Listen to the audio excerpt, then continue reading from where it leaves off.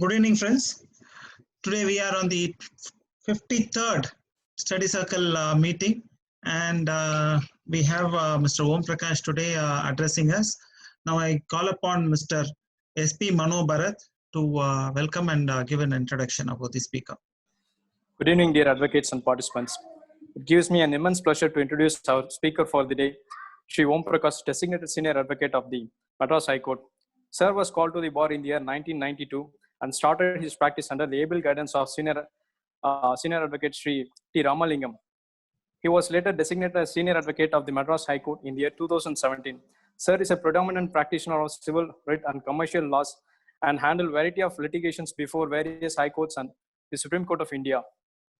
In particular, Sir's experience in representing various banks, financial institutions, and public sectors undertaking and his contribution to the law governing the same are profound and well known. Sir is one of the most important members of the study circle who has never missed an opportunity to interact, educate, and enlighten the junior advocates. I wish to add that Sir is also a great marathon runner who spends most of his days in running outdoors as well as in between the courts. I invite one and all to the 53rd webinar organized by the study circle, and I request Sir to deliver his lecture on the remedies available under Article 226 and 227 of the Constitution. Thank you, Mr. Mano Bharat. So kind of you of having said a few words about me. Good evening, one and all. Today's study circle session is basically a in-house session. We were supposed to have our regular guest speakers for the day, and the guest speaker had some personal difficulty and they wanted to have it to postpone to some other date. So we thought we will have a kind of an in-house session, sharing our views and having a discussion as regarding the remedies under Articles 226 and 227 of the Constitution of India. Before I proceed with the session, I also have to place it on record my thanks to our friends in Study Circle who have been very cooperative in carrying through these regular programs. And for today's session, with a lot of inputs which were given by Mr. R. Murali Advocate by providing me various judgments on the topic as well as covering Article 226 and 227. Mr. S. Sivashanmugam, who had in fact given me a detailed note as to the basics in filing the basics which we need to enlighten the junior advocates in the bar as regarding filing of affidavits, counter affidavits, everything in the petition. And lastly, my office junior, Mr. Vignesh, Mr. Ramesh, who had helped me to have some material before me before I go into this session with you. With these few words, let me get into the topic of the day. I am looking at just giving a very basic overview as regarding these remedies, and we can have a small discussion on the nature of writ petitions which are being filed and the remedies which are derived out of it, as well as the remedies which we look forward by filing petitions under Article 227 of the Constitution. Then I will try to take you through a few judgments which are of some importance on the remedies under these two articles. And lastly, I may also try to make out a kind of a small presentation on what are all the essentials we have to look when we go before a court seeking for a writ or a remedy under Article 227. And then I can leave it open to our friends to have any doubts or clarifications to be given to you. I more look forward to an interactive session because it is basically an in-house. Earlier days, we used to have our study circle sessions physically, where 10 or 15 of us used to sit, discuss about what are all the new laws, what are all the latest judgments which have come on touching upon the law subjects. So I would like to have this session also something like that. So more of an interactive with all the members here. Now, the Constitution of India guarantees fundamental rights to its citizens. Fundamental rights are set forth in Part 2 of the Constitution, starting from Article 12 to Article 35. Now, this part which guarantees the fundamental rights to the citizens also encompasses it within itself a specific article which provides a legal remedy, which you are fully aware. is Article 32. Now, likewise, Constitution also provides a remedy to approach high courts in matters relating to fundamental rights, which is under Article 226. So therefore, to some extent, if you see Article 32 and Article 226 goes almost same in the lines. When Article 32, you approach the Honorable Supreme Court, and Article 226, you approach the High Court. Now, does it end with a similarity to that, or is there anything more to it? Will be of some importance for us to understand the topic of the day. Therefore, let us see what Article 32 says and what Article 226 says. Now, in case of Article 32, as I said, it enables a person to approach the Honorable Supreme Court seeking for a remedy in respect of the fundamental rights which have been guaranteed under Part 3. I will just read Article 32 at the first instance. Article 32 says remedies for enforcement of rights conferred by this part. The right to move the Supreme Court by appropriate proceedings for the enforcement of the rights conferred by this part is guaranteed. So as I said at the first instance, the fundamental rights which guaranteed also provides a right by a nature of a remedy to approach the Honorable Supreme Court. The Supreme Court shall have powers to issue directions or orders or writs, including writs in the nature of habeas corpus, mandamus, prohibition, quo warranto, and certiorari, whichever may be appropriate for the enforcement of any of the rights conferred by this part.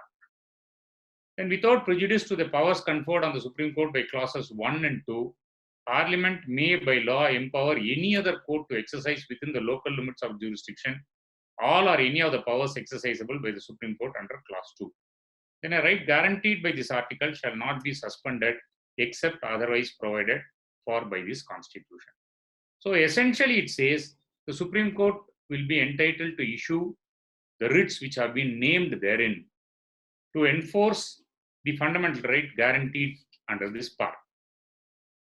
So in a sense, Article 32 is restricted only to the guaranteeing of fundamental rights by issuing of these writs.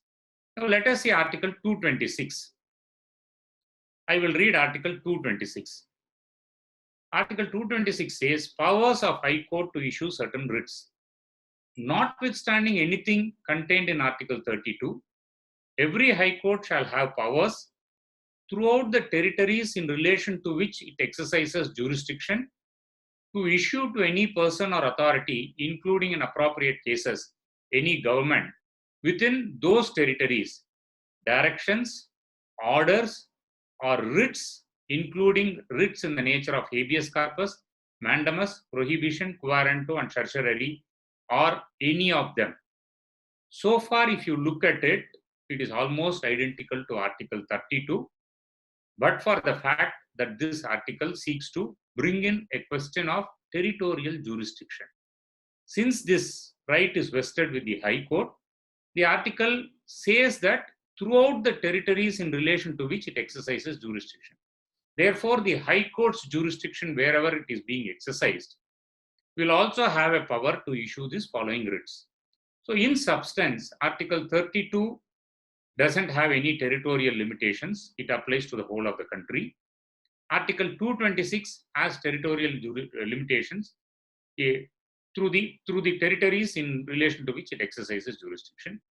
But both articles enable the courts to issue writs in the nature of so and so, so and so. Now, interestingly, after this, where I stopped at Article 226, there is a following line, which is effectively the difference between Article 32 and 226. For the enforcement of any of the rights conferred by Part 3 and for any other purpose. These words "and for any other purpose" cannot be found in Article 32. Article 32 rests with the point saying that for the enforcement of rights conferred under this part, or rather rights guaranteed under this part. Now, Article 226 says for the enforcement of any of the rights conferred by Part 3 and for any other purpose. So this plays an important role in terms of the jurisdiction of the High Courts under Article 226. Now, this has been discussed at length in many judgments. There are various jurisprudence which has evolved out of it, which effectively states that the powers of High Court under Article 226 is much wider and it is larger than the powers under Article 32. Now, subclause 2 of Article 226. The power conferred by clause 1 to issue directions, orders, or writs to any government, authority, or person may also be exercised by any High Court exercising jurisdiction in relation to the territories within which the cause of action, wholly or in part, arises for the exercise of such power, notwithstanding that the seat of such government or authority or the residence of such person is not within those territories. Now, this subclause 2 also has an important implication. As I said in the first subclause, the power is sought to be restricted in terms of territorial jurisdiction. It said that wherever the High Court exercises territorial jurisdiction, it will have right to issue powers.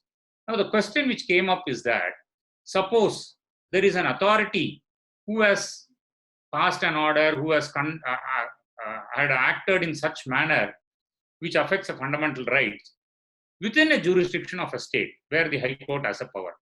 But such authority has its seat or its principal place elsewhere. Take the case of a central government organization which has its base at the national capital, which also has its offices in various states.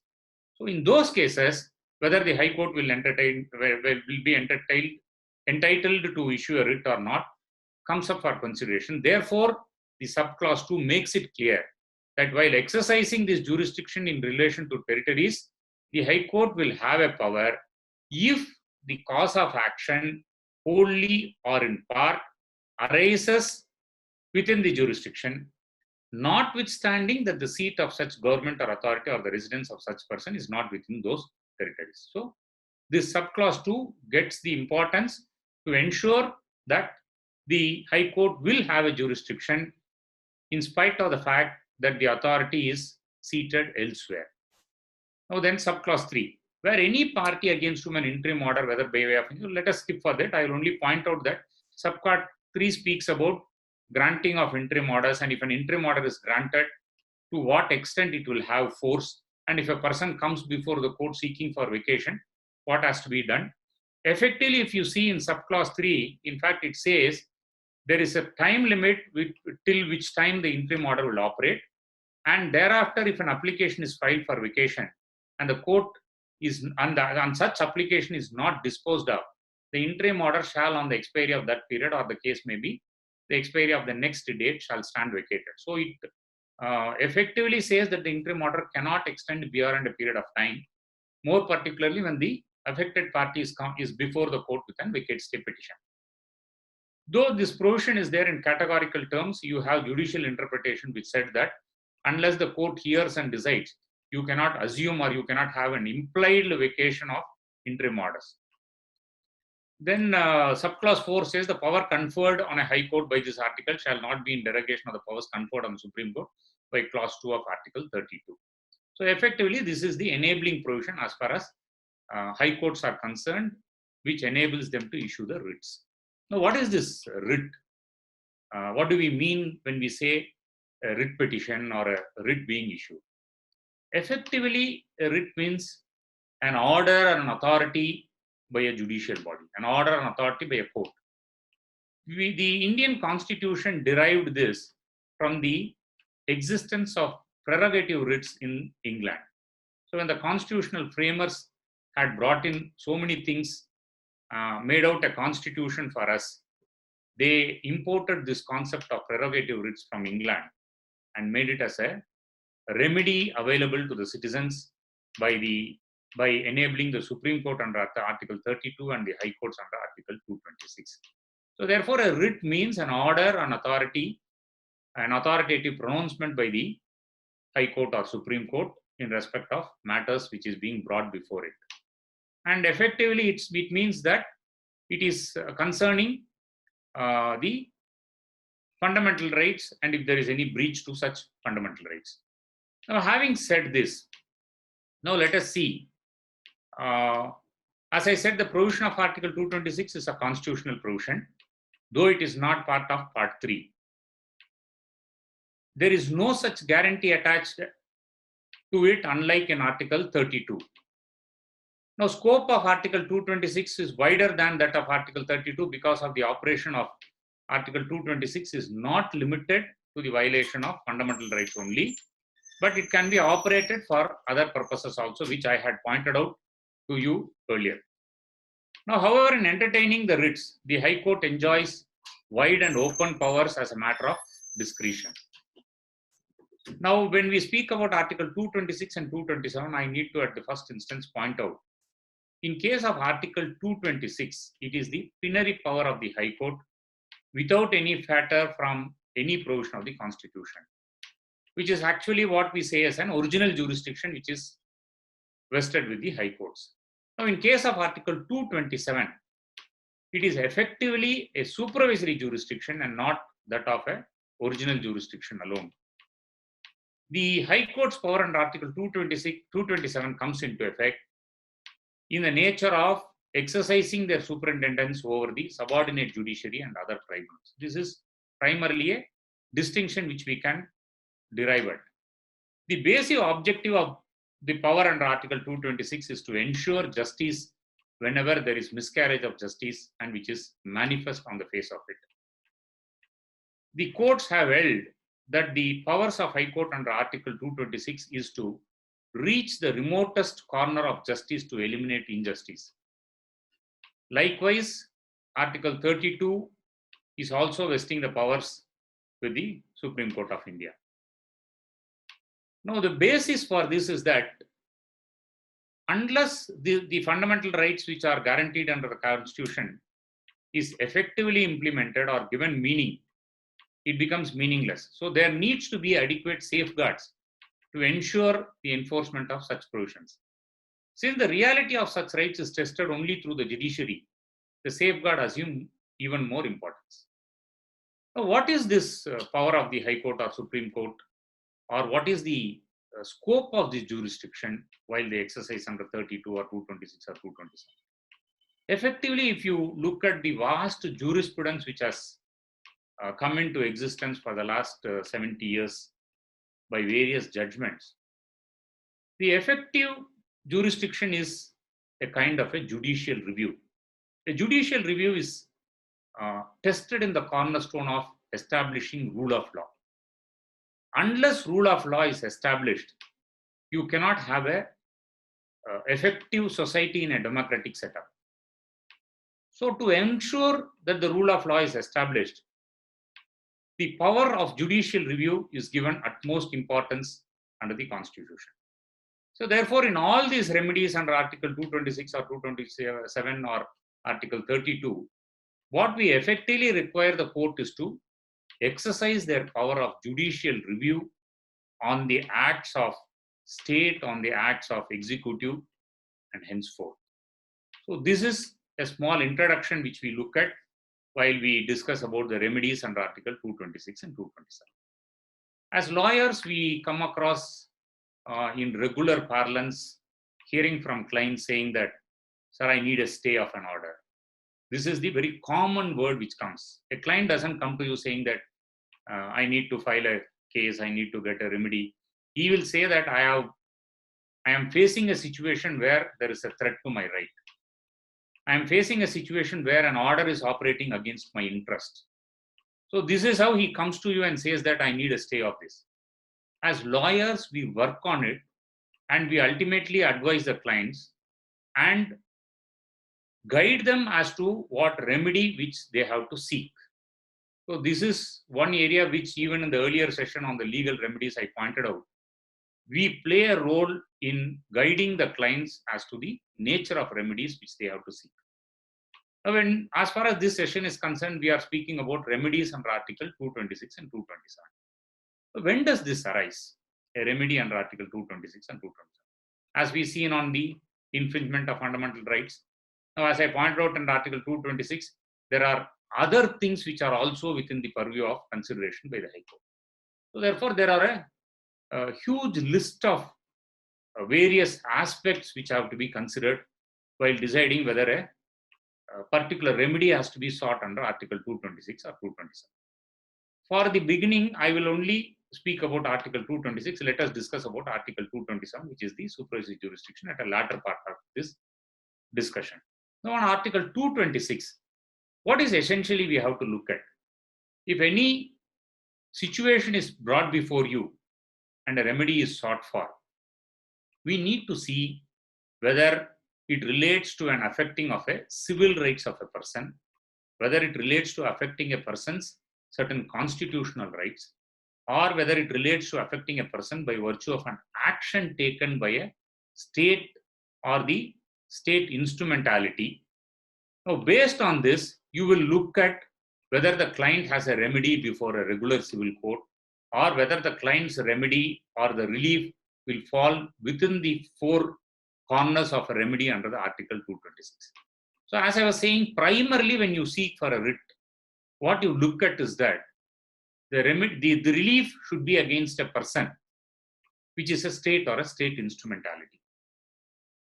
A private body may not be amenable to a writ jurisdiction. I'm only saying may not be amenable, because there are instances where even private bodies are brought within the purview of a writ jurisdiction. I will take you to that at a later part of it. We can see on the specific instances how it comes about. Now, let us see at the first instance the remedies as against the state. Now, when we say state, do we have any area of demarcation as to what a state means?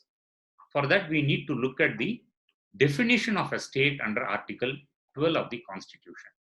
Now, interestingly, if you look at Part 3, which speaks about fundamental rights, you have the first article speaking about definition. Likewise, when you look at the part on directive principles of state, in Article 36, you also have definitions.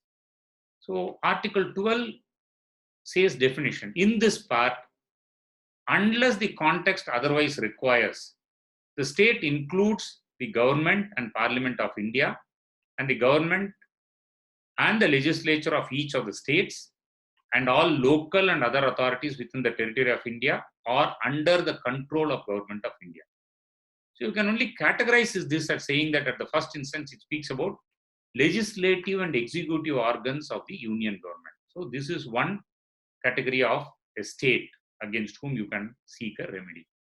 Then legislative and executive organs of the state government. When we speak about the legislative of central and state government, we are actually not saying a remedy against the assembly. We are only meaning that the powers which are being exercised by the legislative bodies in the nature of enactments or subordinate legislations or executive actions being subject to a writ jurisdiction before the High Court.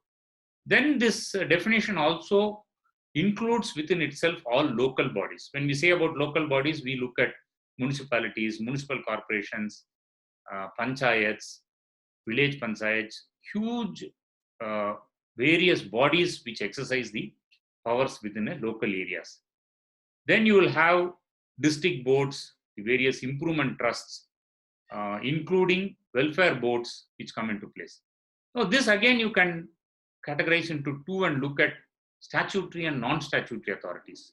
Statutory authorities which are created by specific statutes like National Human Rights Commission, National Commission for Women, National Green Tribunals, Consumer Disputes Tribunals, Debt Recovery Tribunals, so many other statutory bodies, statutory authorities, statutory adjudication bodies like tribunals. Then you have non-statutory authorities, for example, various the Central Vigilance Commission, Central Bureau of Investigation, various commissions which come into place exercising certain powers. So there are various non-statutory authorities who still exercise a kind of public duties, and therefore they all fall within the definition of a state. Now, having said that, the other authorities mentioned under Article 12 means all such authorities that within the territory of India and are controlled by the Government of India through its acts and amendments. So there is again vast jurisprudence available as regarding how you will term an authority to be a state.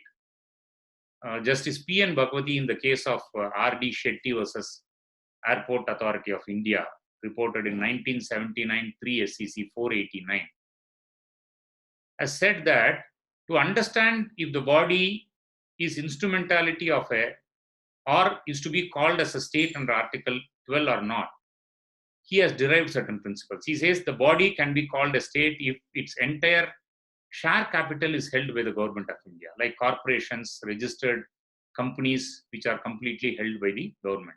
Then such other authorities have governmental functional characters. Then the absolute control of such authorities lying with the government. Then such authorities which have an element of command or authority.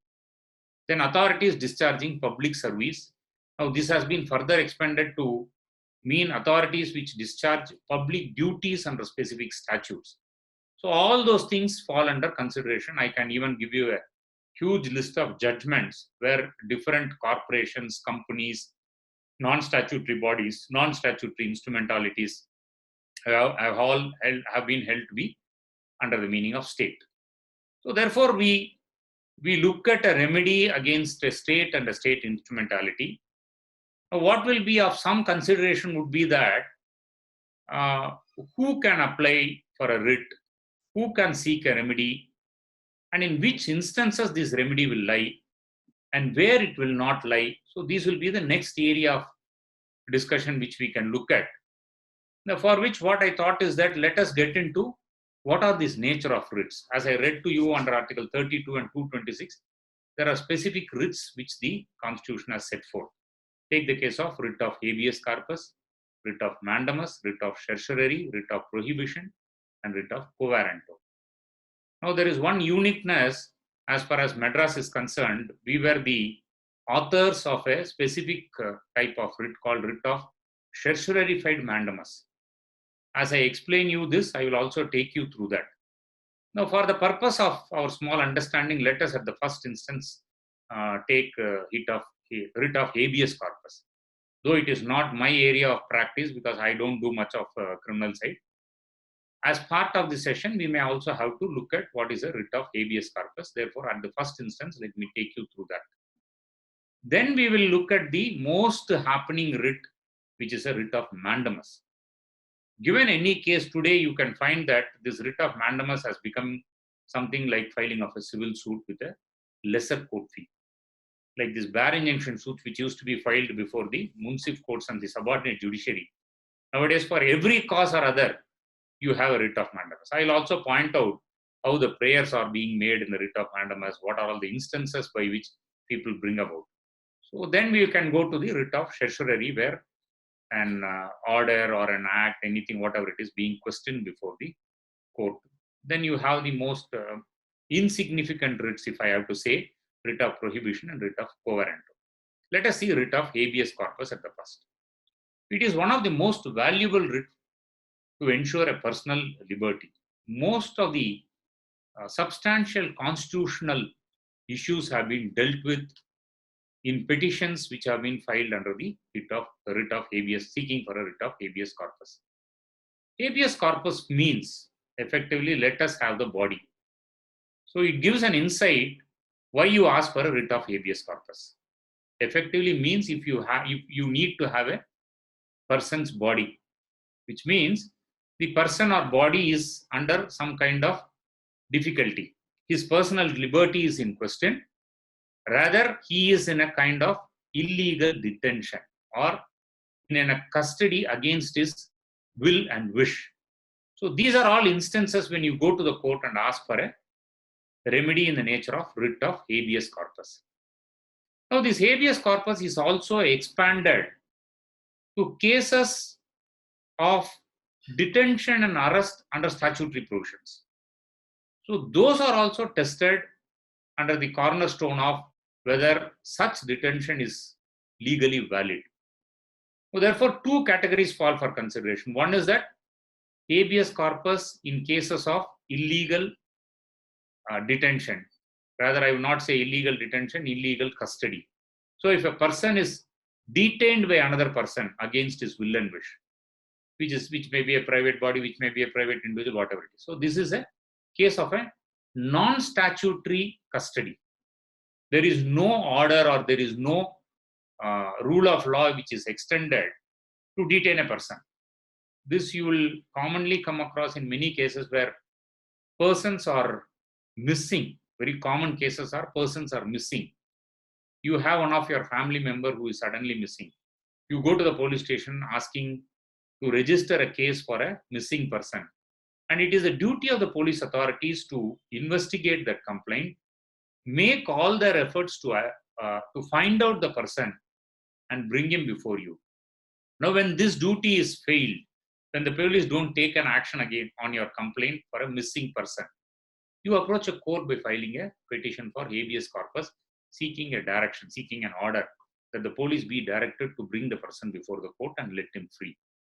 This is one common thing. And you have many cases where family feuds or property feuds resulting in persons being kidnapped, persons being taken away from their residences and put under illegal custody or detention or behind locks.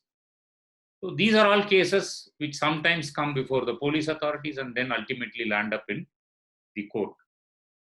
Now, importantly, if you see, this writ of habeas corpus has in fact helped individuals or helped the society as a whole, or in most of the cases, even the state and the police instrumentality to unravel so many things.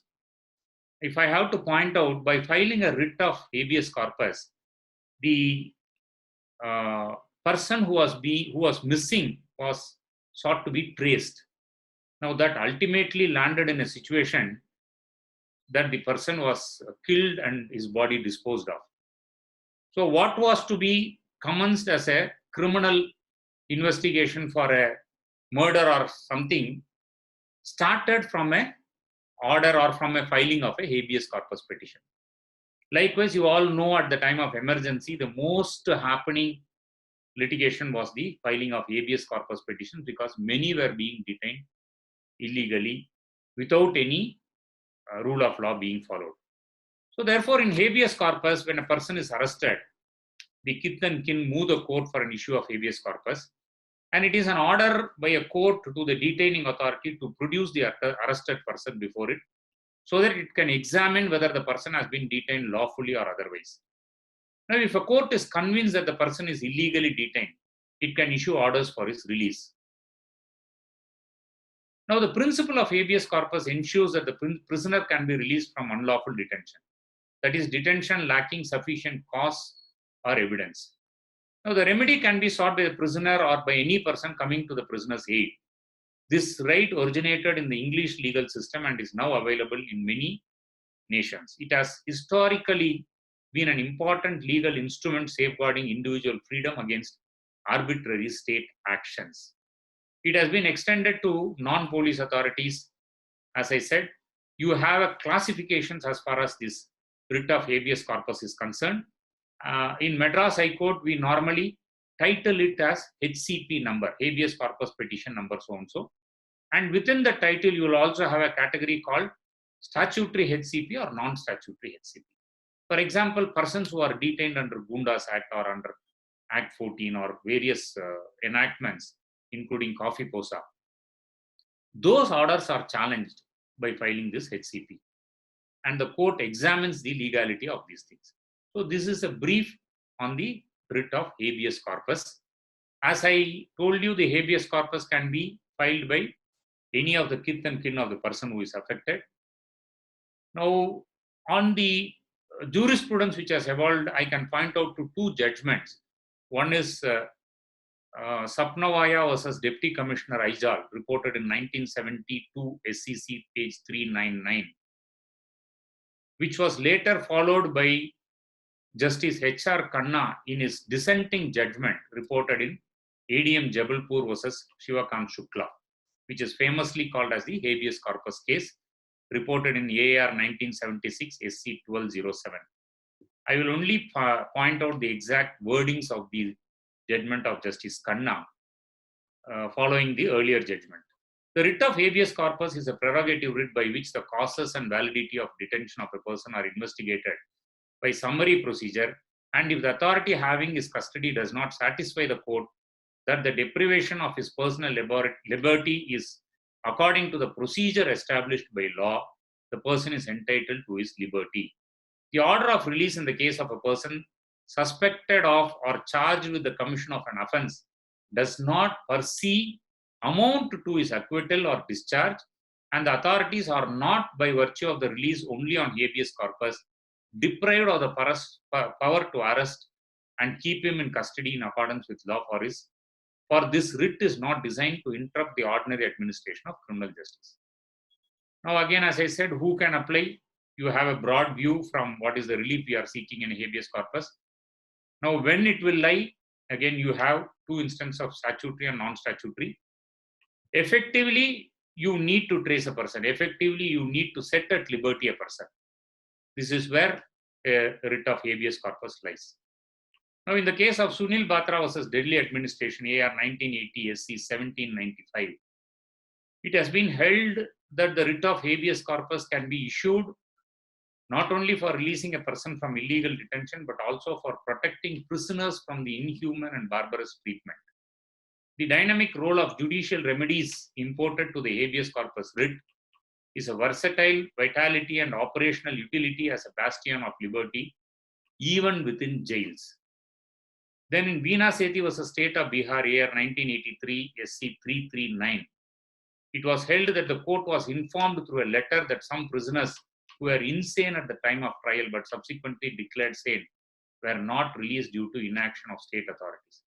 Likewise, you have a lot of judgments as to the remedy expanding its relief to various situations. So with this, let me come to the second writ of mandamus. This, I said, has become a very, very commonly filed writ. To that extent, it will be ironical if you find out that there had been a petition which seeks for a writ of mandamus to consider a representation said to have been given to a government authority.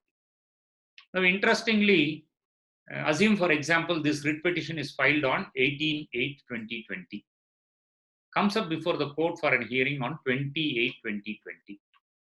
Now, the writ refers to a representation, and a copy of it is also filed in the typeset of documents, which is dated somewhere around 13/8/2020, and the court says that it shall be considered. Now, the government authority through its counsel, namely the government pleader, comes before the court and points out that even this representation was not even posted on the day when the writ is filed.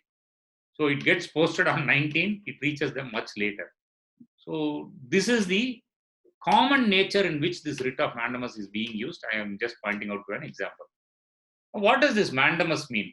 When we say writ of mandamus, what is actually mandamus? Mandamus is a Latin word which says that we command. So court commands the state, court commands the public authority to perform a particular act. The mandamus is an order by which it seeks to secure the performance of public duties and to enforce private rights withheld by such public authorities. Now, simply it is a writ issued to a public official to do a thing which is a part of his official duty, but which he has failed to do so far. Now, this writ, generally, if you see, it cannot be as a matter of right. It is mostly a discretionary power.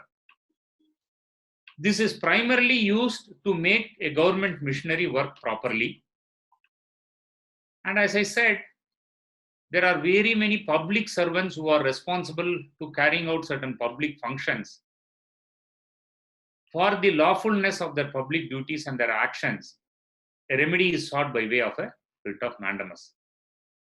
Now, when we say about seeking a remedy in the nature of writ of mandamus, essentially we need to understand that there is requirement of a duty cast upon an authority.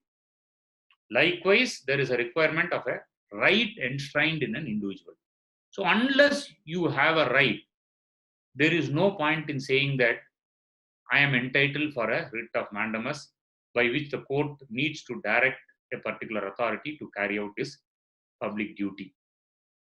Now, the Supreme Court in various decisions has held that the doctrine of legitimate expectation is akin to a natural justice, reasonableness, and promissory estoppel. When these things set in, if you are able to primarily establish these things, you come before the court and you are entitled to seek for a writ of mandamus. Ferris, in a book called The Law of Extraordinary Legal Remedies, has this to quote, I quote, "Mandamus is an extraordinary remedy with which equity has nothing to do, and in consideration of which no equitable rights or principles can be taken into consideration except solely for the purpose of determining whether in the exercise of legal discretion the writ should issue. Mandamus has been denominated as hard and fast writ, an unreasonable writ, a cast iron writ, the right arm of the courts, the exponent of judicial power, an inflexible peremptory command to do a particular thing, therein specified without condition, limitation, or terms of any kind, one of the highest writs known to the law. It is an extraordinary writ because it is limited by conditions that are not applicable to an ordinary suit at law. It is reserved for extraordinary emergencies, being a supplementary means of obtaining substantial justice where there is a clear legal right and no other adequate legal remedy." So I think this summarizes in very, very clear terms as to the power of writ of mandamus. When it summarizes, it equally enjoins the responsibility of a person to seek for such a writ, rather to seek for a remedy on the basis of writ of mandamus. As I said at the first instance, it has now been watered down to the extent of making a high court a kind of a post office. I'm using a very colloquial word. You should excuse me for that. But in many cases, you can find high court orders saying that petitioner has come before the court seeking for a writ of mandamus to consider his representation. The learned government pleader appearing on behalf of the state would submit that he is not very sure whether such a representation has been received by the government. Be it whatsoever, the copy which is made available in the typeset of documents will be considered as a representation having been given, and the authority shall act on the same and pass necessary orders. So this kind of an order, what else we can say except to say that the High Court is forced to act as a post office. Of course, there are reasonings or justifications, because in many cases, these authorities don't treat these representations in a manner which is required to be done. We have seen in many movies, we have come across many instances where you will find an authority who receives a representation would just pass it on to a subordinate authority. It goes on, and ultimately sometime it lands up in a dustbin. There had been a very famous Tamil story by a famous author of Tamil Nadu where he says a representation is given to the collector. Now, collector gives it on to the deputy collector. Deputy collector passes it on to the tahsildar. Now, each of these passing will have a note saying that look into it, do the needful.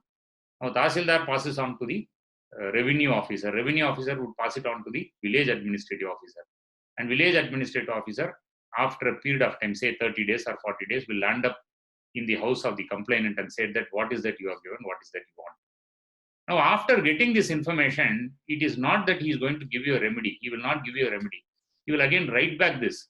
The village administrative officer will write back to the revenue officer saying that I have inquired, this is what he wants, and this is the status as per the revenue records, whatever it is. Take a case of a patta. You would say that as per revenue. It will go on to the same hierarchy and it reaches to the collector. So the author of this Tamil story ultimately points out that by the time this travels to and fro, and ultimately when they want something, they will find that the person is not there. Now, interestingly, this story says the remedy which was sought is that the representation which was made is that I need to take some seawater. Can I take it? This was the request of the person. So they examined all these things and ultimately they said it is not concerning our territorial area. Seawater is an international territorial area. So it has to go to an international body to find out whether we can give this relief. So this is on the lighter side. This is the state of affairs also which we need to take into consideration. So two extremes which I am pointing out as to how the remedies are sought in a very casual manner and how such rights are being dealt with also. So this is where within this four walls you find the remedy of a writ of mandamus. Now therefore, this writ or order in the nature of mandamus would be issued when there is a failure to perform a mandatory duty. But even in cases of alleged breaches of mandatory duty, the party must show that he has made a distinct demand to enforce that. So what is required to be looked is that the writ of mandamus can only be granted when there is a right in favor of an applicant to compel the performance of some duty cast upon an authority. And such duty should be a duty in the nature of an enforceable public duty and not a private duty. A writ of mandamus can be issued to public authority to restrain it from acting under a law which has been declared unconstitutional. Then writ of mandamus can be granted only in cases where there is a statutory duty imposed. There are various type of mandamus which are sought, like even instances where authorities fail to dispose of matters, tribunals which fail to dispose of matters, we approach the court by way of a writ of mandamus. Now, with this, let us get into writ of certiorari. I am only just trying to bring out the essence of it. And if time permits, we will also go into in which instances these are being done. Now, writ of certiorari. Certiorari effectively means to question something. The meaning of certiorari is by a certificate of a court, an order on an act, on a notification, whatever it is being questioned. A writ of certiorari is issued to some state instrumentalities, state, court, tribunals, various authorities, testing within the powers of judicial review as to their actions, whether it is in accordance with law. By a writ of certiorari, what effectively you seek as a remedy is that if you go and see many prayers in the writ of certiorari, you have to ask the court to call for those records or call for those orders, or you may have to point out an enactment, a notification, a circular, whatever it is, and to seek for quashing the same. In other words, a certiorari is available in a situation where the authority is not exercising the powers in accordance with law, rather an order has resulted or a piece of legislation or a regulation or a circular has come into existence which lacks the jurisdiction of the person. Now, what I said earlier is that normally we call for a remedy in the nature of writ of certiorari to question an order. And what is the remedy you seek is that you ask for quashing of that order. You ask for setting aside this order. So while exercising this jurisdiction, High Court is not actually sitting on appeal. This is an essential thing which we need to keep it in mind. Wherever instances where you have an appeal remedy, suppose you are questioning an order of an sub-register, where under the statute you have an appeal remedy to a district register or the IG registration, you cannot seek for a writ of certiorari. You have to restrain yourself in seeking for a writ of certiorari and exercise the right of appeal. Likewise, you are questioning an order of an revenue division officer. You will have an appeal remedy before the district collector. So in a writ of certiorari, when there is no other alternate remedy, you don't have an appellate remedy, and you find that the order is grossly injustice, or that the order is grossly illegal, or that an order or any such action of a state instrumentality is being seen as lacking in jurisdiction. The person who doesn't have any jurisdiction to pass an order has passed. Or in cases where the virus of that, take the cases of enactments. The state legislature has the power, it enacts a law.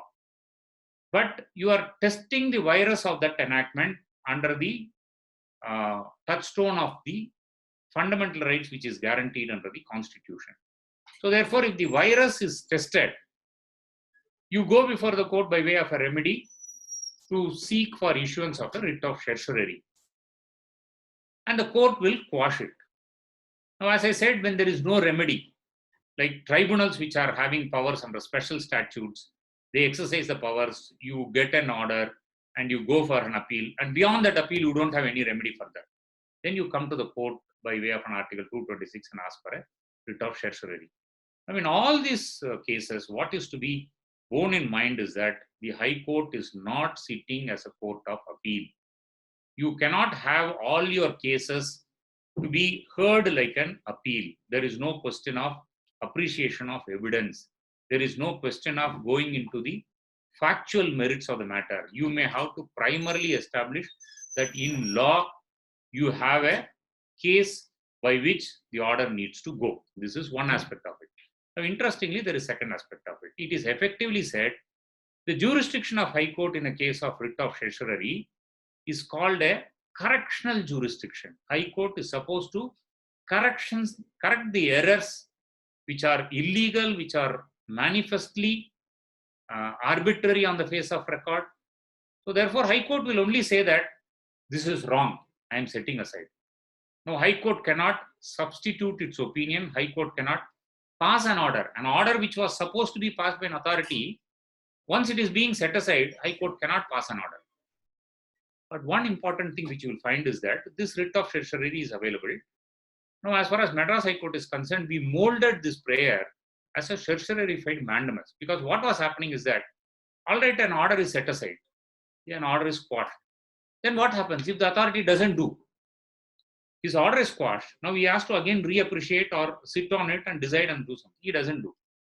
Then again you will be forced to make one more representation, again come before the court and ask for one more writ of mandamus. This is where we coined this writ of certiorari-fied mandamus, where we say that you quash this order and consequently direct the authority to consider my issue in the light of what has been laid down by the court. So this is a coinage which has come as to two remedies being made into one. Now, while speaking about this writ of certiorari, in the case of one of the earliest judgment is Basappa versus Nagappa, reported in AAR 1954 SC 440. I quote the exact words of the judgment.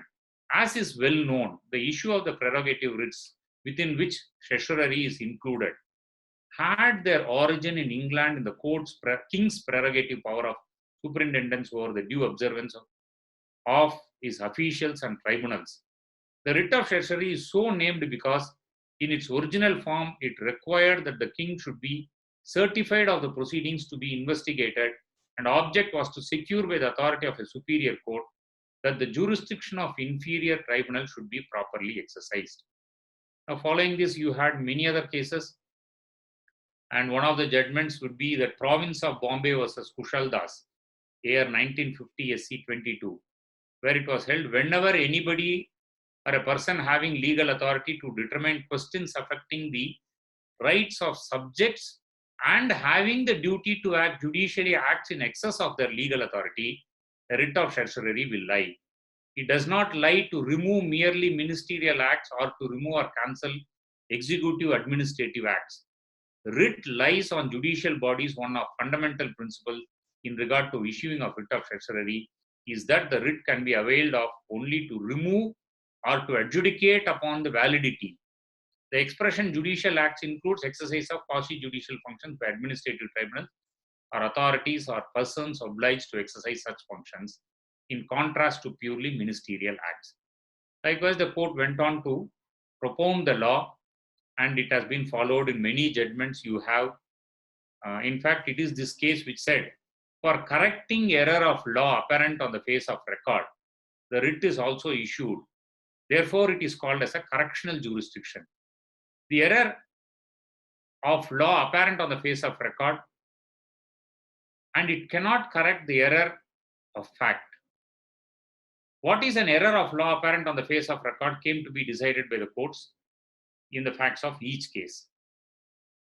Now, in the case of Hari Vishnu versus Ahmad Isiki, AR 1955, Supreme Court 223, Supreme Court held that no error could be said to be an error on the face of record if it is not so self-evident and it required an examination and argument to establish it.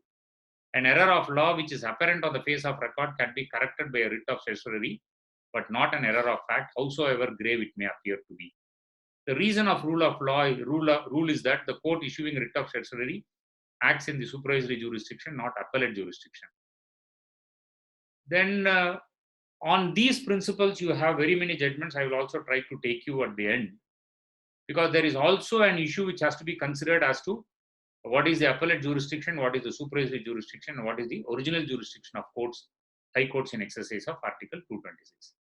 So with this, let me take to the next writ of prohibition. As I said, the other two writs are of not much in vogue or use, whatever it is, because these are all on very specific areas. Take the case of writ of prohibition. Writ of prohibition means to forbid or to stop and is popularly known as a stay order. As I said earlier, when a client comes to say that I need a stay order, it is not actually seeking for a writ of prohibition. In a case of writ of certiorari, you will ask for a stay of that order. Now, but this prohibition is meant as a stay order. This is what we learn from the jurisprudence which has devolved. Now, this writ is issued when a lower court or a body tries to transgress the limits or powers vested in it. If you apparently find that for want of jurisdiction or beyond the jurisdiction vested, certain acts are being done, you can come before the court by a writ of prohibition. In fact, if you see the sequential things, before a writ of certiorari, you have a writ of prohibition. But rarely it is used because you go before the authority or you look forward the order, and once the order has come, you are challenged by way of writ of certiorari. So therefore, in that context, writ of prohibition comes much earlier to that, even before an order is passed. A writ of prohibition is issued by any court to an inferior court and authority prohibiting the latter to continue with the proceedings in a particular case where it has no legal jurisdiction or right. While the writ of mandamus commands doing a particular thing, the writ of prohibition is essentially addressed to a court or a subordinate authority commanding inactivity. Writ of prohibition is thus not available against a public officer not vested with the judicial or quasi-judicial functions. Now, this jurisdiction under writ of prohibition was much explained in the cases of Govinda Menon versus Union of India, AR 1967 SC 1274, where it said prohibition is not a continuation of proceedings to be prohibited. Its object is, on the contrary, to arrest the inferior tribunal's proceedings. It is a collateral matter, progress essentially between an inferior one and that of the superior one, by which the latter, by virtue of its power of superintendence over the former, restrains it within the rightful competence. Its nature is held to be dependent upon the nature of proceedings to be prohibited. So these are all small areas which you can look at as to the remedy which is available under the writ of prohibition. In the case of East India Commercial Company Limited versus Collector of Customs, AR 1962 SC in 1893, it was held that a writ of prohibition is a judicial writ. It can be issued against a judicial or a quasi-judicial authority when such authority exceeds its jurisdiction or tries to exercise jurisdiction not vested in it.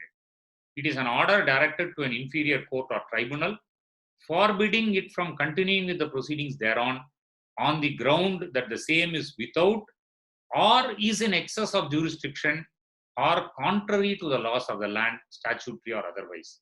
So this is the scope as regarding the writ of prohibition. So essentially, if you look at, the grounds are that there is absence or excess of jurisdiction when you can seek for a writ of prohibition.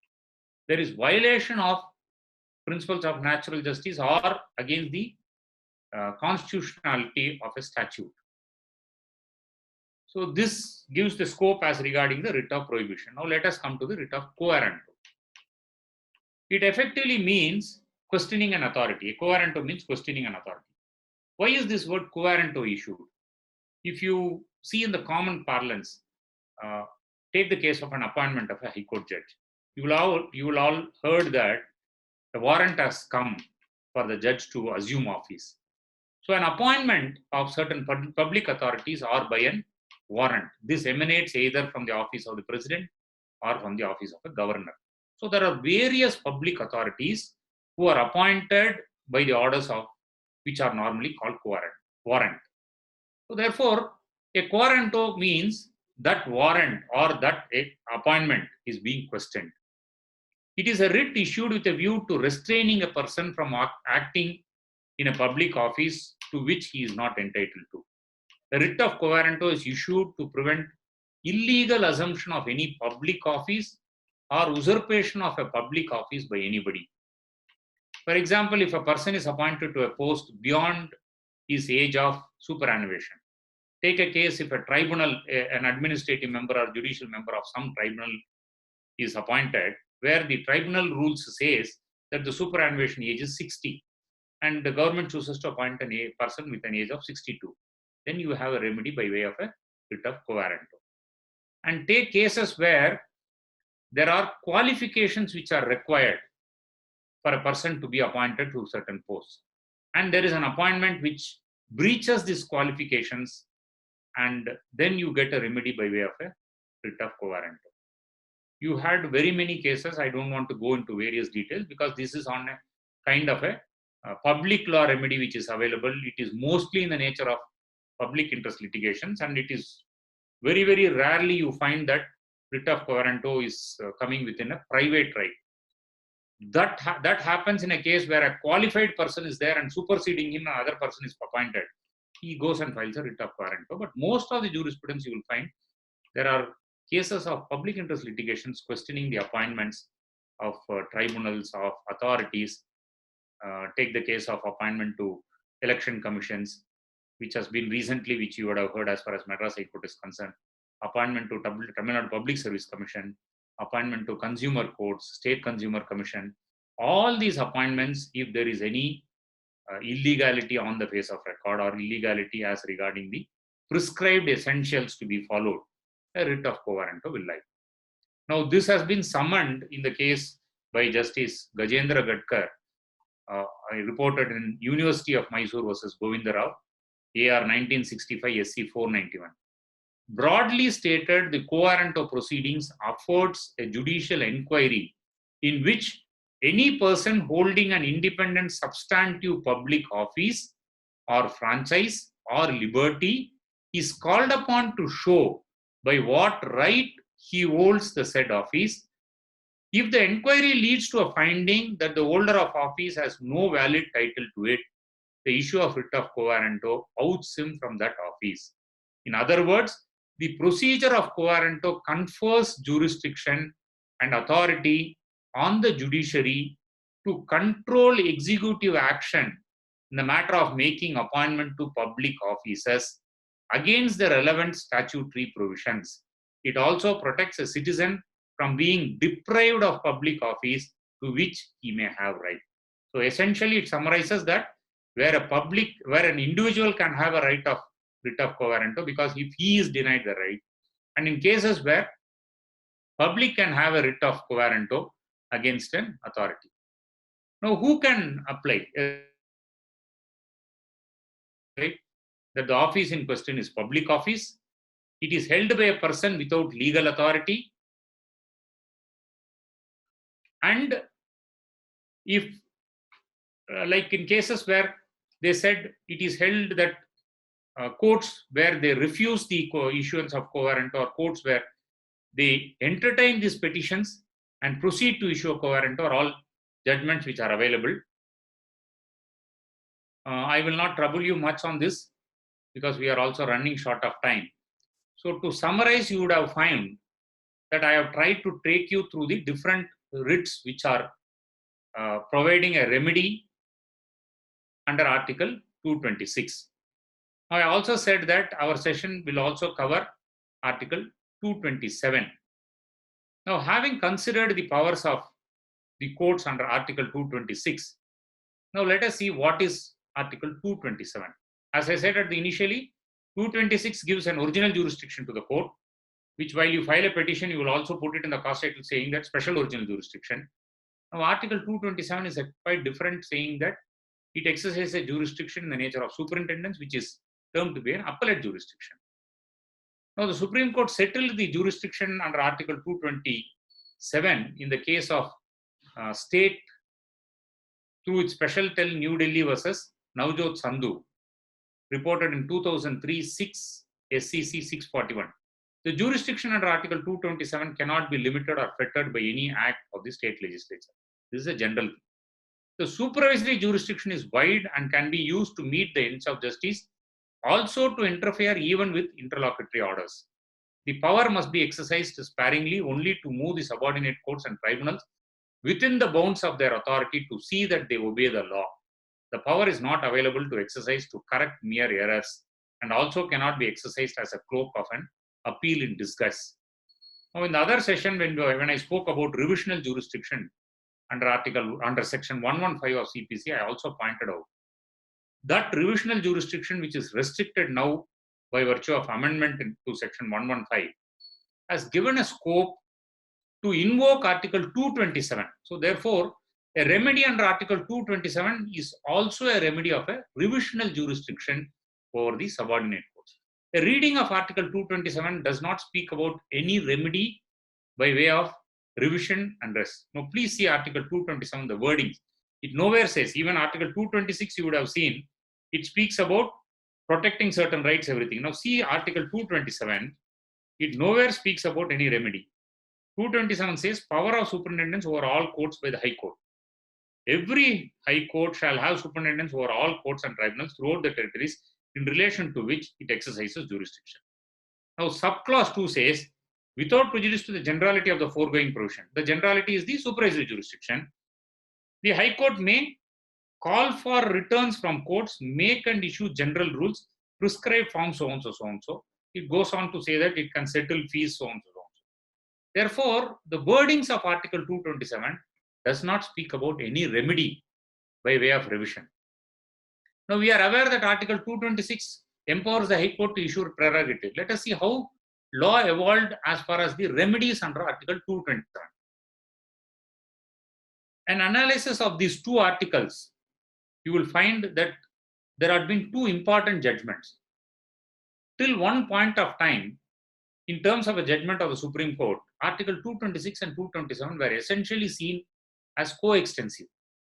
The Supreme Court, in fact, said that even the errors of judgments by the subordinate judiciary can be a subject matter of Article 226. Now, this led to a situation where even till date you can find there are many high courts which keep on entertaining petitions termed as petitions under Article 226 and 227. But in a later judgment, this has been set right. The first judgment which I referred is Surya Dev Rai versus Ramchandra Rai, reported in 2003, 6 SCC 675. By this judgment, the Supreme Court effectively said that an order of civil court can also be a subject matter of challenge in a petition under Article 226. So therefore, this gave way to the point of petitions being entertained in common in Article 226 and 227. Now, interestingly, on the practical side of it, you will find many of the petitions under Article 227 by various other courts are entertained as writ petitions. Fortunate for us, we are very clear as far as Madras High Court is concerned, any petition under 227 is called as only a civil revision petition. It is not termed as a writ petition.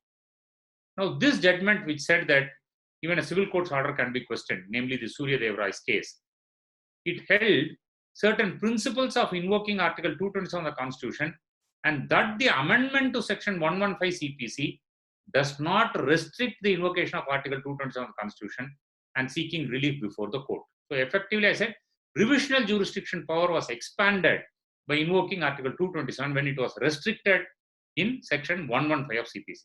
Now, what was the later judgment which overruled this Surya Dev Rai is that Radheshyam versus Chabina, 2015, 5 SCC 423. This was a constitutional bench judgment of 3 judges. The Supreme Court, while reiterating that the power under Article 227 of the Constitution would enable the High Courts to exercise revisionary jurisdiction in the matters decided by subordinate courts, categorically held that petition under Article 226 of the Constitution is not maintainable. Now, Supreme Court, in this judgment of Radheshyam, referred to the earliest judgment of Supreme Court in Umaji Keshavarao Meshram and extracted that. There you will find, I will only read out relevant to our discussion, the words of the Honorable Supreme Court. Under Article 227, every High Court has power of superintendence over all courts and tribunals throughout the territory in relation to which it exercises jurisdiction. The power of superintendence conferred upon every High Court by Article 227 is a supervisory jurisdiction intended to ensure that subordinate courts and tribunals act within the limits of their authority and according to law. The powers conferred by Article 226 and 227 are separate and distinct and operate in different fields. So this was the categorical decision. Now, this is how the remedies under Article 226 and 227 fall. As I said, various writs under 226 and a kind of revisionary jurisdiction under Article 227, and Supreme Court having laid down clearly the distinction as between two. Now, with this, let us take a few minutes on the practical side of filing these petitions, how you seek for remedies before the courts. Now, as you are fully aware, a writ petition is filed by way of filing an affidavit of a party supported with the petition. So an affidavit is an essential document which tries to place before the court your entire case in a nutshell. Now, what are all the steps as an advocate you need to take while drafting an affidavit for a writ petition? See, an affidavit contents are effectively dependent on the effective collection of facts and information from the client. Then you have to allow the client to open up about his grievance, the nature of relief he wants. After ascertaining instances, you can ask probing questions to get more relevant facts and documents, because as a lawyer, it is your responsibility to put it before the court in a right format, highlighting the fact that the client has a right, highlighting the fact that an authority has a public duty to be performed, highlighting the fact that there is a breach in respect of this. Therefore, ascertain all these things into certain minute facts and bring it on record. So, whether you have to ascertain from the client whether he had taken out any legal proceedings in the past in respect of the same issue before he approached you. This is more required because, as I said, a writ petition will not lie whenever there is an alternate remedy available in certain statutes. Likewise, a writ petition against certain particular remedies may not be available. When you move a writ petition, you should not be taken by surprise when the counsel for the government inform that this is a second writ petition, that you have to make a declaration in the affidavit that no earlier writ petition has filed. So take as many notes in your discussion with the client, relate it with required documents in a chronological manner, and don't jump to a conclusion, don't give any judgment or a relief directly to the client saying that we will get this. You have to put it across to the court, and ultimately the remedy lies before the court. Find out which is the most appropriate remedy. You may also have to examine whether it is a civil suit, if there is a criminal complaint, when approaching special tribunal. When I said about writ of mandamus, in fact, there is a huge area of criminal practice which is also ensuing in cases of writ of mandamus. When police authorities fail to give you permission, you come before the court, ask for it, and police authorities fail to give you certain protections. So all those things are also as a remedy in a writ of mandamus. So then you have to ascertain how, if there is an alternate remedy, how it has to be bypassed. And you may also have get all facts, ensure that there is no suppression, ensure that there is no misquoting of facts. Now, finally, you will ask your client from what he wants from the court, note down the relief. As I said, a client will come and only simply say that I want a stay of the order. It is for you to make out a relief as to questioning the order, seeking for relief to set aside. And as an interim measure, you will ask for a stay. Lastly, discuss the minimum relief which you may get for a client. Now, before putting your pen on the paper, it would be better if the advocate goes through the relevant statutes, examine as to the availability of any appeal, revision, procedures contemplated under the statute, and latest position of law occupying that field. When we say about position of law, there are instances people drafting petitions based on some settled judgment which is available, certain settled position based on a judgment. But sequentially, if you have to see, you have to go for the first principles of law, see for the statute, then look at the settled portion of law, look at the judgments which are available. Primarily, my thinking or thought would be, or my suggestion to my friends would be that you look at judgment to see that whether there is something against you or not. Don't look at judgment whether it aids for you. Ensure that there is nothing against you in the nature of relief which you are seeking for. Then after ascertaining all these things from the client, you go ahead with the drafting of the affidavit, and you don't guarantee any success to the client. You will only decide in terms of whatever the court thinks. The draft, whatever you prepared, has to be preserved, because that is the basis. Whenever your client comes back to you, you can show him that this is the draft which was made available, you have gone about it. Now, thereafter, the writ petition normally to be filed is an affidavit. Invariably, the affidavit has to make a declaration of facts. It should be sworn before a person having authority to administer oaths. Now, what are the essentials in an affidavit? Now, these are all coming out even as a rules. The rules are in the, as far as Madras High Court is concerned, the rules are in the process of being finalized. It is likely to being published also. Then you will have these rules to be followed. Then I will not trouble you much on what kind of averments in the affidavit, everything. I leave it to your wisdom. Now, when you defend certain writ petitions for clients, you file a counter affidavit. Whenever there is an affidavit, you file a counter affidavit. There again, the same principles will apply. Likewise, when you are a petitioner and there is a counter which has been filed, which brings in certain new things, ensure that you file a rejoinder to that. So these are all basic pleadings, because essentially you look at, in a writ petition, you are not like before a civil court, where you get this evidence, where you get the clients to let in documents, speak about it, everything. Your affidavits, counter affidavits, and other pleading by way of rejoinder which are brought before the court are the essential things. So therefore, with this, on the basics things, you will also look at the remedies which you seek. You look at the nature of petition pleadings which you make. You look at whether it falls within the consideration of a court. On all these things, as I said, a broad view as to the remedies under 226 and 227. I need to effectively point out to you, a writ under 227 has been a most effective tool. Take any constitutional decision of this country. Every other constitutional issues which had been before Supreme Court, the emanating point was a writ.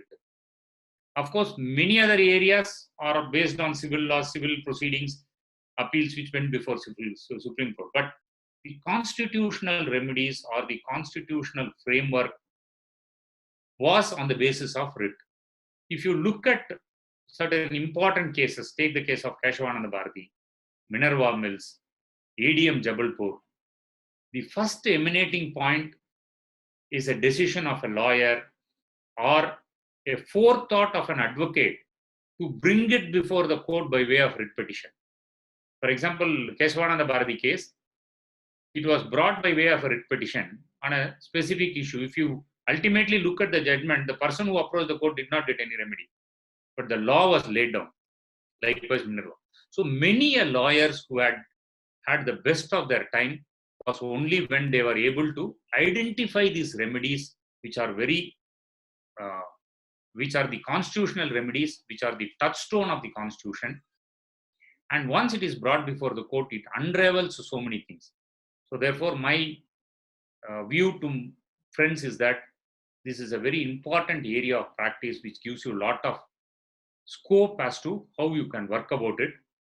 I can in fact point out a few judgments which you can have a good insight. As I said, one is Surya Dev Roy, then Radhe Shyam, which I pointed out. Then you can also take note of a few more judgments, which is Jai Singh versus Municipal Corporation of Delhi, 2010-9 SCC, page 385. And one judgment which I have to read, which I'll come to at the end, is before that you take People's Union for Democratic Rights versus Union of India, 1982, 1 LLJ 454 SC. This paved way for the public interest litigation to come into a vast area. Then Bangalore Medical Trust versus B.S. Muddappa, 1991, 3 SCR, page 1. Now let me read this one judgment, because of late we are coming across many cases where public interest litigations are filed. Now these public interest litigations at many a times are being filed by advocates. And you hear from judgment saying that petition being thrown off, and some cases petition being fastened with cost to be paid, and you have instances where courts say that an advocate shall not file any further petition. So these are all happening. This is basically because of the misuse which had happened. Now, how did this come? How did an advocate stepped in to file a public interest litigation? This you can get it from SP Gupta versus Union of India, 1982, 1 SCR 615. The law relating to locus standi was explained so as to give a wider meaning to the phrase. The Honorable Supreme Court laid down that I'm very emphasizing these words. Practicing lawyers have undoubtedly a vital interest in the independence of the judiciary. They would certainly be interested in challenging the validity or constitutionality of an action taken by the state or any public authority which has the effect of impairing the independence of the judiciary. It was further observed that a lawyer's profession was an essential and integral part of a judicial system. They could figuratively be described as priests in the temple of justice. Please note these words. To the extent which Supreme Court raised our levels, and at times to the extent which we are thrown down in the present scenarios. They have therefore a special interest in preserving the integrity and independence of the judicial system. They are equal partners with the judges in the administration of justice.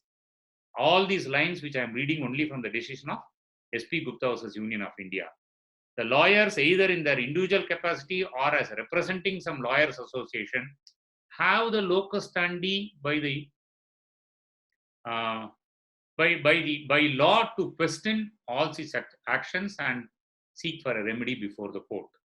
So this had extended to the extent of saying that you can question the union law minister to the governors, chief minister, whoever it is.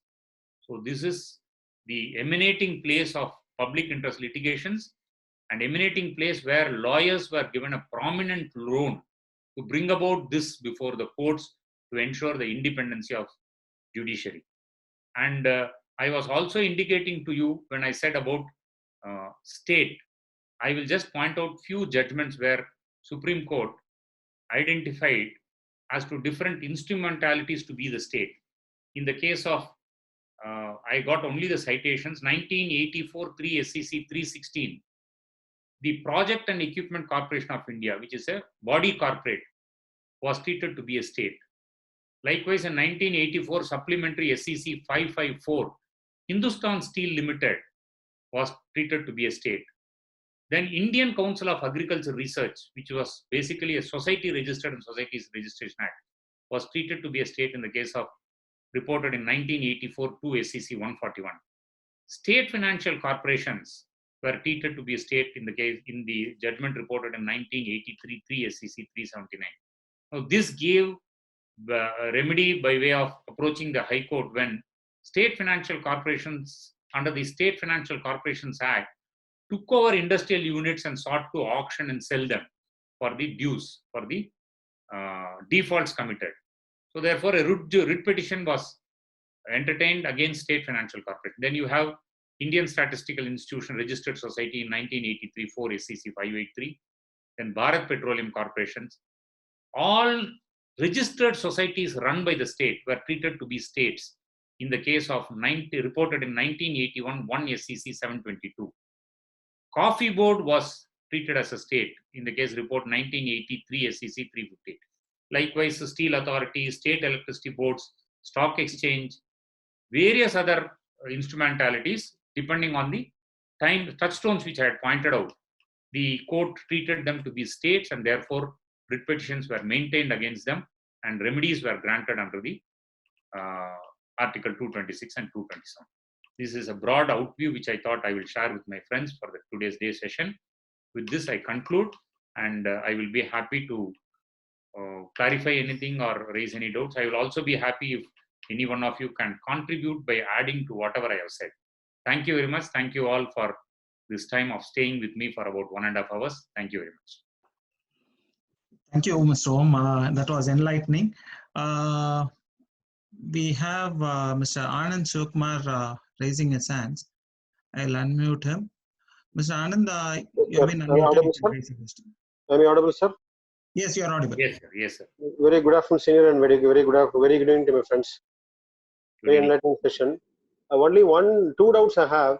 Yes. See, nowadays there are our bill basically called as few elements.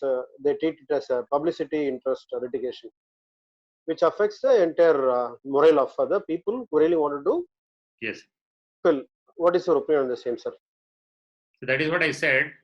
Bill emanated, the public interest litigation emanated with a wide jurisprudence from the Supreme Court, which recognized that locus standi need not be an issue as far as filing of writ petitions are concerned. They pointed out specifically that advocates can come in. Now, over the period, what has happened is that instead of bringing out the essential cause of a society, most of these cases started working in addressing certain personal issues or political issues. So that is where the courts had gone to the other extreme and started saying that these public interest litigations are nothing but publicity interest litigations. The dividing line is very, very thin. Only point which I see is that many a case which is brought before the court is actually a worthy situation, but instead of the common man, instead of a person who has a public concern being brought in, it is being brought in by politicians or persons with political affiliation so that they get the name. Now, this has also happened because this started being highly reported. Once you get into the media, everybody knows that so-and-so had filed, so-and-so had appeared before court. So this becomes a point for them to get a easy mileage or easy publicity. So that is how it has shifted. As far as you are with a public cause, as far as you are able to demonstrate before the court that there is certain things which requires to be looked into in the consideration of the court, I think this public interest litigation is maintainable. Because recently courts have started imposing heavy fines on the advocates, no? Because it ultimately you lose your morale. Correct. You have the fear, no? That is why I read you that SP Gupta judgment to point out how lawyers were looked at a point of time. They were, the words precisely said that you are the priests in the temple of justice. So there cannot be anything better said. Thank you so much. One more question, sir. May I ask you? Yes, sir. Time is there. Time is there. Yes, sir. Yes, sir. Yes, sir. Regarding the habeas corpus, as you rightly said about the mandamus, always this PP, particular PP says that it is a second or third case or whatever it is, you know. In habeas corpus cases, it has become order of the day wherein like the particular department, yes, they come, they represent them, they take their own time. Ultimately, the remedy, maybe 50% to 60% we receive. In my own case, it's been 3 years now. We're able to taste one person who is absconding. True, that is true. Only twice it came. So, is there any measures wherein like it can be expedited or some kind of yardstick wherein like within this time frame they have to dutifully do the duty? Effectively, if you are able to put across the available jurisprudence on that, point to the courts the existing judgments, which clearly says that it is a huge duty upon the court to ensure these habeas corpus petitions are disposed of at the earliest. There had been periodical directions by Supreme Court also. We need to point out that and ensure that it is disposed of. As you said, when habeas corpus cases, many a times you will find somebody being illegally detained. There will not be an arrest. There will not be an FIR. You will be kept for 2 days, 3 days. You will also take your time to see that if something can happen.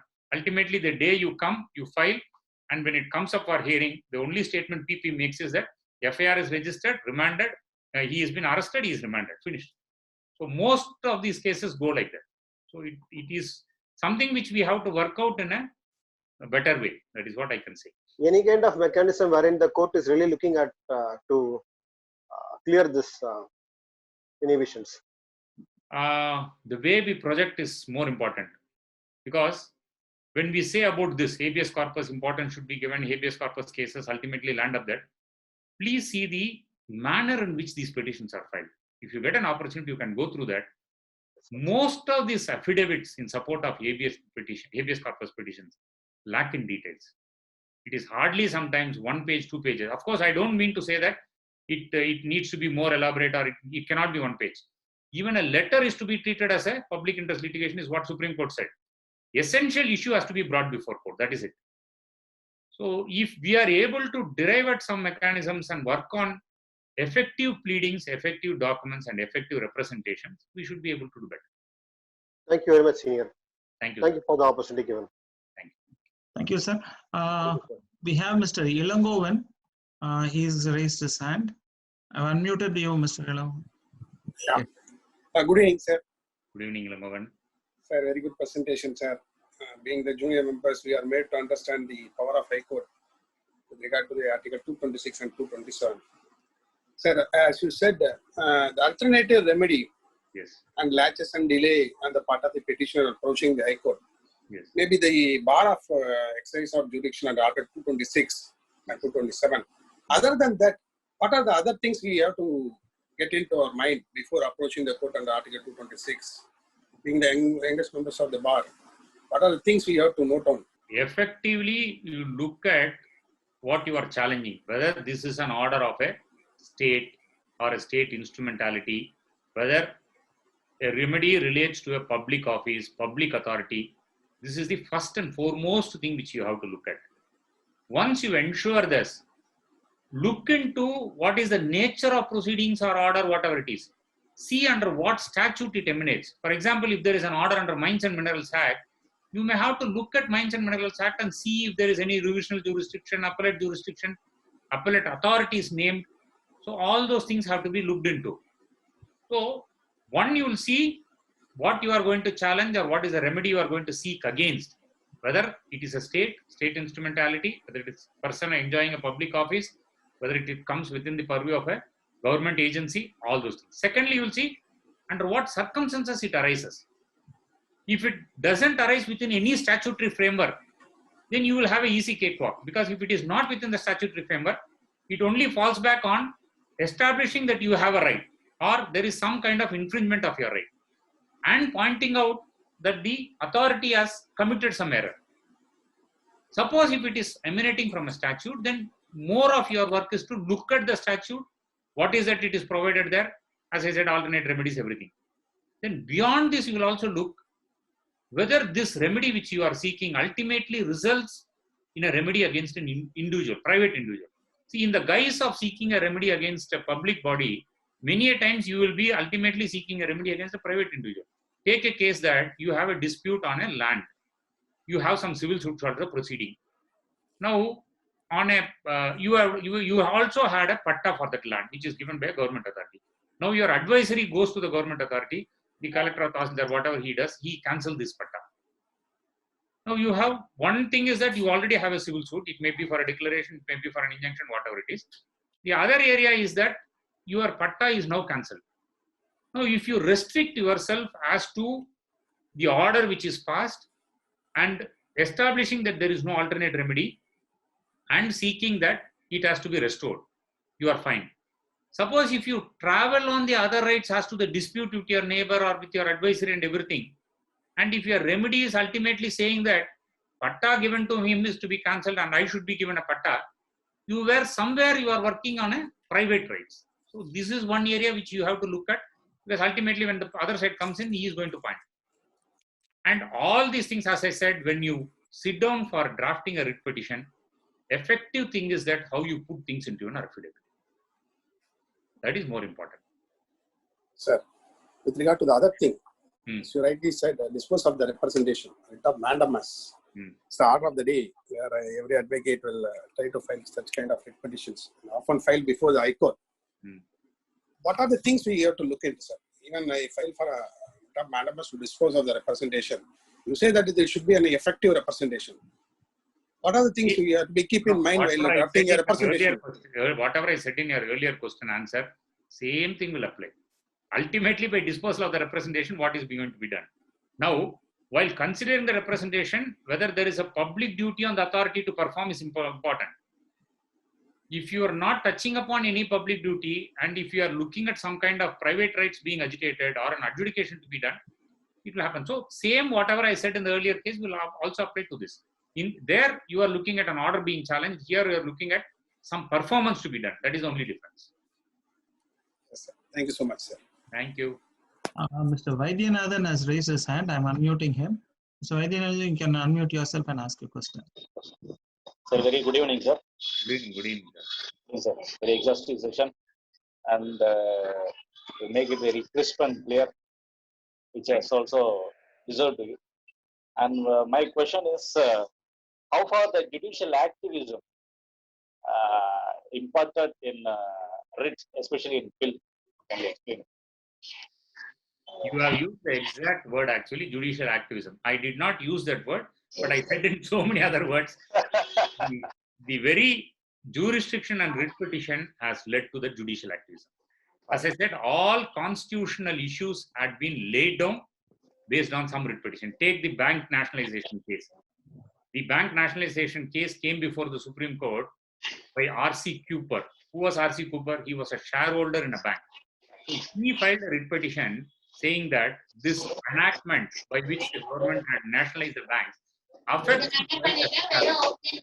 Therefore, in the bank nationalization case where R.C. Cooper was defined, this issue of locus standi, whether a shareholder can have a right, whether he can question about the state's action, are all considered.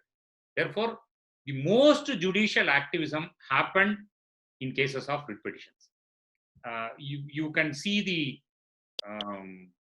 books on Palkiwala, biography also, you will find that whenever an opportunity comes, you will immediately hang on to that and you will say, I will file a writ petition for this. So a person who comes for some remedy as regarding his was ultimately turned out in a remedy under a writ petition, resulting in a larger public good, resulting in the law being settled down, resulting in the constitutional provisions being clearly explained. So the judicial activism happened to the core only by invoking Article 226 and Article 30. So you have rightly used the word. I did say it in many. Thank you so much. Thank you. We have certain comments on in the chat box. Mr. Damodaran has said it was a great enlightening session. Mr. Murali has said it was again an excellent and enlightening session. Venkateshwaran, again, excellent session, sir. Sudhakar has got a question. I remember a federal bank case where it is treated as state. Please explain the legal jurisprudence in it, sir. Sir, another question. He's got another question also. Whether individuals can be added as a formal party along with the state. Yes. I think the first question answer will take a substantial time.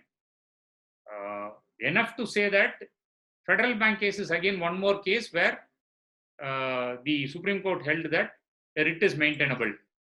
Because though the contention was that federal bank is a private bank, it is a company, it is carrying on banking activities in terms of a banking license, and it is a private bank. Now, Supreme Court considered the entire available jurisprudence as well as the factual situation, and it came to the conclusion that the banking license which is being issued to a bank, be it a private bank, is in terms of the provisions under the Banking Regulation Act. And such banking license is being issued by the Reserve Bank of India. So there is a public duty which is cast upon these institutions when they carry upon banking activity. Likewise, they are amenable to the supervisory and regulatory mechanisms of the Reserve Bank of India. So considering on all these things, and in fact, if I am correct, federal bank case was also on a point of service jurisprudence. So considering all these aspects, Supreme Court said that a writ will be maintainable against federal bank, and that is the case law as regarding writs maintainable against private banks, including service jurisprudence. So more than that, it requires a huge area, because following federal bank, you have many cases of ICICI Bank from Madras High Court and banks exercising powers under the SERFACI Act. So therefore, an authorized officer under the SERFACI Act is exercising quasi-judicial functions. A public duty is cast upon him, and therefore writ petition is maintainable. So therefore, it gives a lot of scope. I think it requires a further discussion on it. Maybe one day we can sit around without any lecture, only to address these questions, probably answer on all these things. On your second question, private individuals need to be added whenever there is something which is happening. For example, in cases of service jurisprudence, you are questioning a seniority list by a state instrumentality, like state also, or you are questioning denial of a promotion. Then in that case, once a relief is granted to you, there is likelihood of other person being affected. So therefore, he is a private body. So in all cases where the ultimate remedy, if it affects some other person or if it removes the person, for example, writ of quo warranto, whenever you are questioning, you will also add that private party who is enjoining that post. So therefore, in all certiorari also, wherever there is instances where there is a private party involved, they have to be added as a party. You may not even call them as formal, they may be an effective party also. Mr. Anbalagan has made a statement. He says that police now treats HCP as an AB application and takes it very lightly in these days. What's your opinion on that? As I said, there is a lot of overlapping of these jurisdictions happening. In fact, I was referring to the rules of writ petitions being under the consideration of High Court. It is likely to come. There, I think there is also some thoughts on differentiating these things because there is an overlap of jurisdiction. Take the case of HCP, for example, cases where prisoners, if they are denied parole, it is filed as a writ petition, it is filed as HCP, it comes before division bench. So therefore, this parole or remissions, these are all matters, in fact, which may fall within a remedy under Article 226 because there is no other remedy. As I referred to one judgment which said that prisoners within the jail walls are also having a remedy under HCP in cases of prison manuals also. But what is to be required to be looked at is that this overlapping jurisdiction has to be made clear. In cases of parole, in cases of remission, it is a writ petition which has to go before a single judge. It is not an HCP to be treated by a division bench. And what you pointed out is also one such instance. I file it as an HCP. As I said, the PP will come and say that no, an FIR is registered, he is arrested in accordance with law, he is also remanded. Then immediately you make a request saying that let him be considered for an anticipatory bail. So this is happening. This is to be avoided. We also have a role to play as an advocates, and judiciary also has a role to play. And as and when these rules come into place, somewhere probably we will have a clarity on that. We may have to segregate and work on. Probably it is the advocates and the judiciary which are complicating all these things rather than the statute. Bhupalan has thanked you for the valuable points. He's got a question. What is statutory mandamus? Calling of records from the subordinate courts. I think 227 he is talking about. And statutory mandamus. Yes, I think statutory mandamus, I touched upon it. When I said writ of statutory, we have an unique as far as Madras High Court is concerned, we make it a statutory mandamus. Why I said, I explained also saying that statutory is an order by which the court can only set aside something. Court can only quash an order. It is a correctional jurisdiction. Court can say this is wrong. A court cannot substitute an order by itself. Court cannot say that you have done something is wrong, but this should be the order. It cannot give. Court cannot enter into the realm of an executive. Court cannot enter into the realm of a legislative. For example, you challenge an enactment or you challenge a circular or notification of rules. Rules is struck down. Court cannot frame a rules. Now, ultimately, the same body has to do that exercise. Now, there again, if it is failed, then you go for again a writ of mandamus. So we coined this word saying that certiorari to quash it and consequentially ask for a direction. Ask them to consider or ask them to pass an order. So it may say that pass an order in my favor or pass an order in terms of what the court has held. So this is how the certiorari mandamus had come into place. As I said, whenever a certiorari is sought for, invariably it has to be with a prayer calling for the records because court has to exercise its judicial review. It has to call for the records, it has to see, and then it has to pass. So therefore, only if records are called for and come. Now, calling for records from subordinate courts, two things are coming. One, as I said, Surya Dev Roy first said, even a subordinate court's order can be subject to a challenge before writ petition. Radheshyam has made it clear it is not so. So therefore, any challenge to the proceedings before the subordinate courts cannot be within the jurisdiction of a writ court under Article 226. Now, when I say this, I need to be conscious and also put it across to you the fact that proceedings before tribunals, which are also subordinate courts as far as High Court is concerned, and if those proceedings end with no further remedy, take the case of a debt recovery tribunal. Under the DRT Act or under the SERFACI Act, your challenge can be before the DRT or your remedy by way of a claim can be before DRT, against which an appeal before DRAT. Now that is the end of it.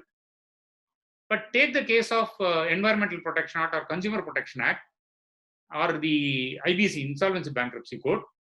It makes an appeal to the appellate body.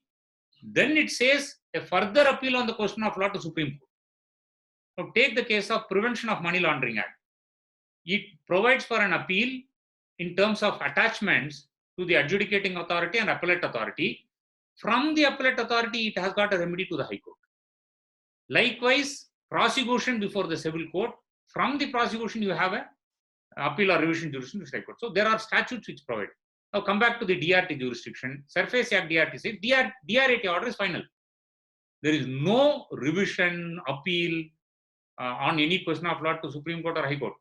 Now, if there is something which is grossly irregular, something which is leading to gross injustice of a DRT order, then your remedy is Article 226. Now, High Court is also now taking a different view, saying that even that we will exercise under only Article 227, let it be a CRP under Article. So this discussion is going on, but 226 remedy, because there is no other effective alternate remedy, and that has attained finality. Whatever statutory remedy has attained finality. Now, questioning that on a limited point, you can come. Likewise, 227, it is always available. 227 exercises the supervisory jurisdiction of all subordinate courts and tribunals. Therefore, any tribunal order which attains a finality at some stage and over which there is no jurisdiction for High Court or Supreme Court, then you have this jurisdiction. Therefore, all those reliefs, as I said, 227 doesn't speak about remedy, but when you question an order of a tribunal or court in a 227, you will only make a prayer to call for those records, test it, exercise the judicial review, and ultimately declare that it is wrong. So therefore, this call for records from subordinate courts is essential only if it falls within the parameters of 227 or 226. In line with that, Mr. Anand Selvam has asked one question. What is the reason behind Madras High Court alone entertaining certified mandamus, while the other high courts entertain only one of the writ? It was devised by some person at some point of time, and thereafter it had been throughout followed, and High Court never found faulted. In fact, we have been now proudly saying that this is our contribution to the law of writs. And I think somewhere in Supreme Court also, they have made a remark saying that we have seen this certified mandamus as a new thing which is found in High Court. Ultimately, it is a plural remedy.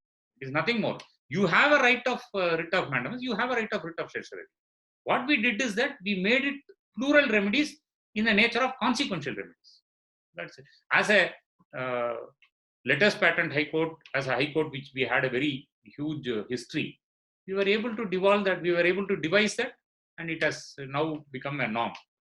And when I speak about this, part of this, I will also answer one thing.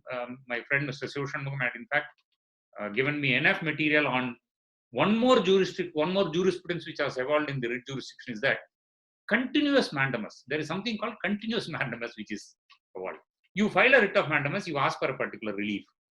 Now the court considers this, and court says that at the first instance, this has to be done. So let them do it. So the petition is kept pending. The authority is asked to perform it and report back to the court.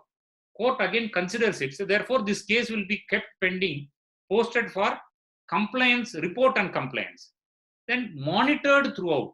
So this is one area of jurisdiction which has evolved as a continuous mandamus. This is mostly used in public interest litigation, but of course, even in some matters, for example, as I said, when exercising 226, if the court finds that there is something wrong, partly in an order, it can keep this pending, ask the authority to decide and again send it back.